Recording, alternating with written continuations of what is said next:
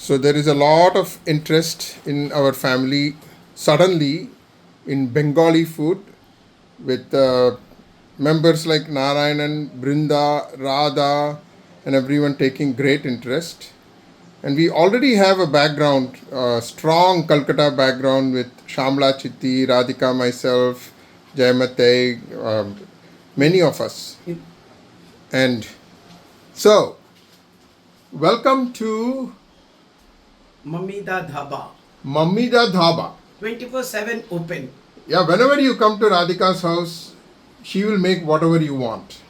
I came to Radhika's house, I said, I want Aloo Dum. So now we are going to see how Aloo Dum has to be made. The Ramasheri way.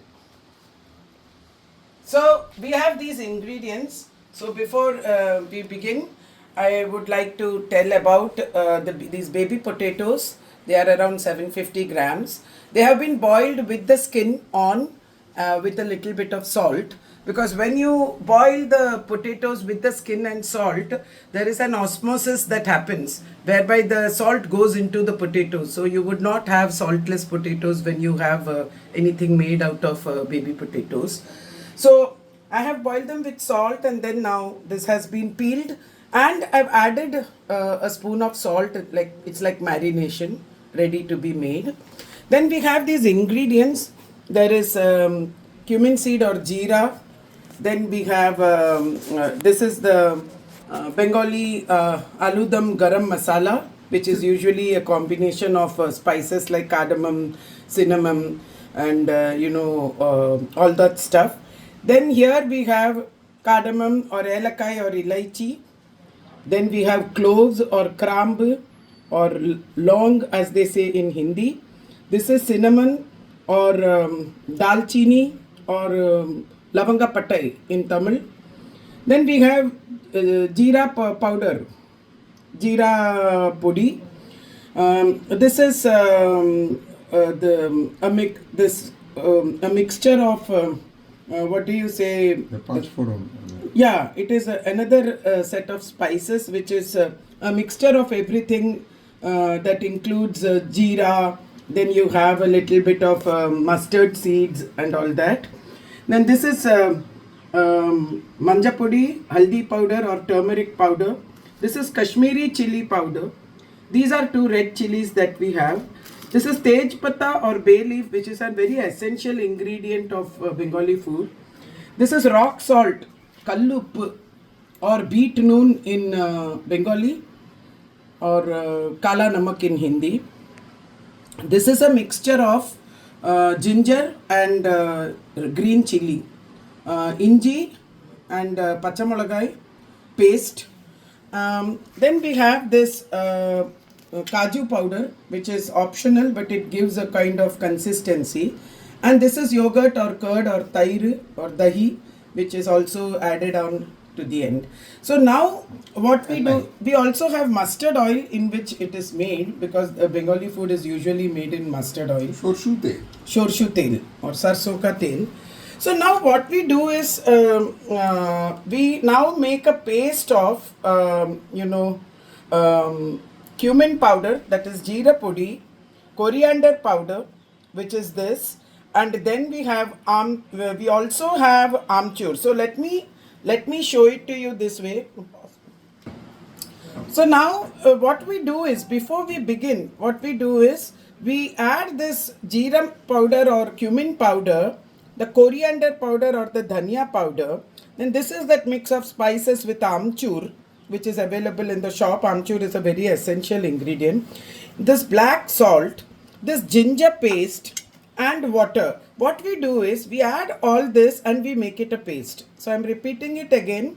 We have jeera powder, dhania powder or coriander powder, which is called kottambal arishi in Tamil. Then we have amchur powder. Then this is black salt and ginger paste. And we add it with a bit of water and we make it a paste and keep. So now the jeera powder, dhania powder, amchur, ginger paste, and the rock salt and all that, now we are grinding in the mixie.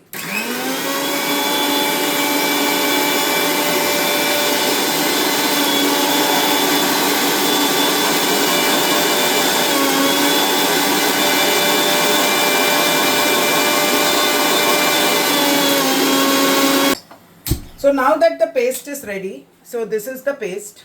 See here, this is the paste. Now that the paste is ready, we are getting the things ready, and we are going to add 30 grams of mustard oil. Mustard oil is the essential ingredient in Bengali food, and then we let it heat for some time. Then we have got to do basic tempering. Tempering includes here red chilies, bay leaf, then the in Hindi it is called khada masala. Khada masala means the actual spices. So we just take all of this and we let them simmer in the oil.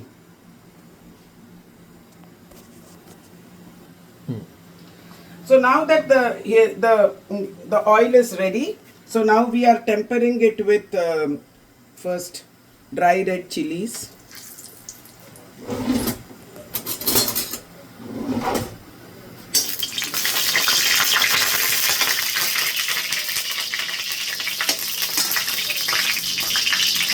Then the bay leaf.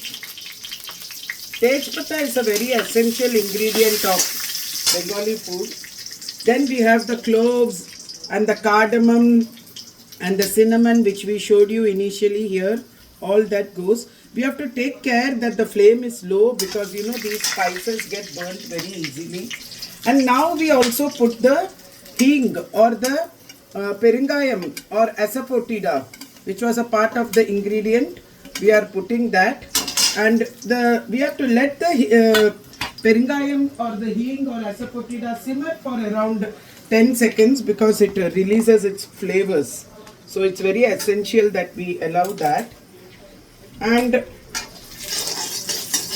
now we add the turmeric powder here and the red chili powder here. So since the turmeric and the red chili powder, they can tend to get burnt, we have to be extremely careful that the flame is very low. You have to fry for around 20 seconds.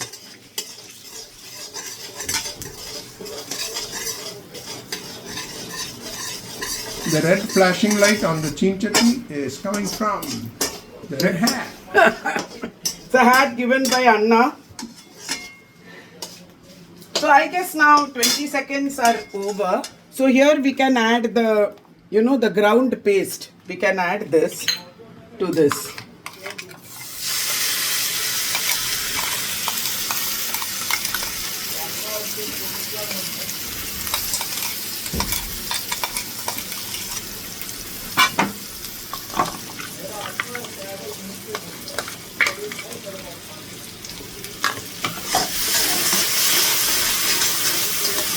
So now the basic paste is being now we have added the paste.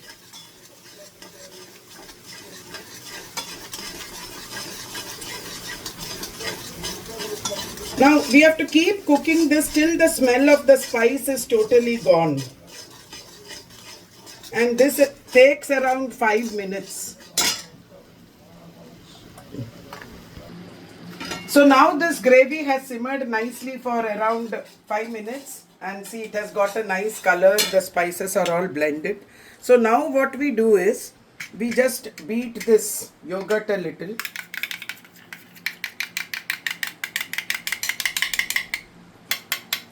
And then we add it to this spice.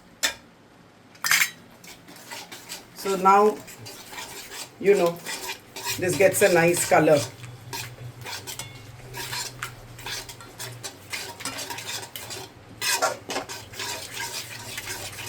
So you can keep this, let it simmer for 2 minutes. So here is where I am introducing an ingredient which I didn't mention, because that is a magic ingredient. Secret. Yeah, so now what we do is, now when this is happening, we just take 2 tomatoes, we de-seed it and we make it a tomato pulp and add it here. I didn't want to add it in the list of ingredients because it is optional and tomatoes always add flavor. So I'm going to do that now. So now I have de-seeded the tomatoes. This is a magic ingredient that I always use, and now we are grinding it. The tomato will be the color of the red hat.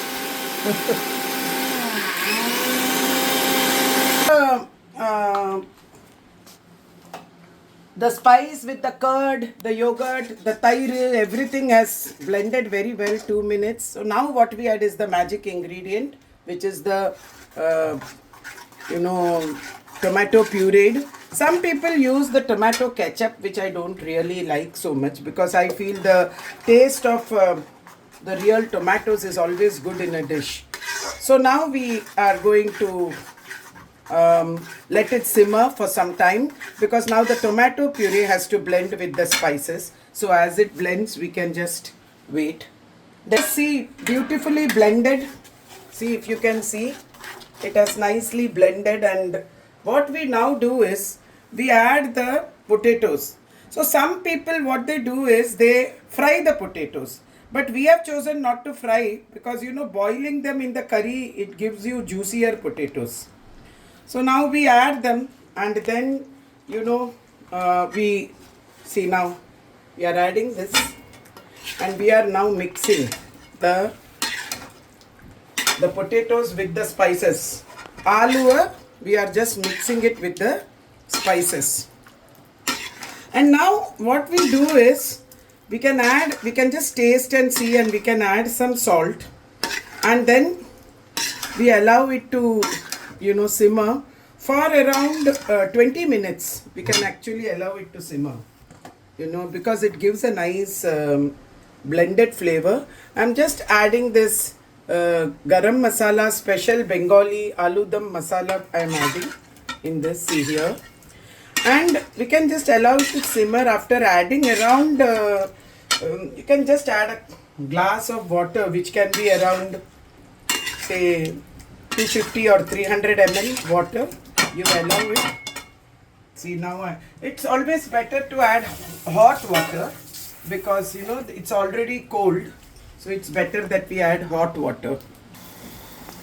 So what we can do is, see, if you want the aloo dum like this, thick gravy, then you can just garnish it with coriander or kotamali or dhania patta, and voila, your aloo dum is done.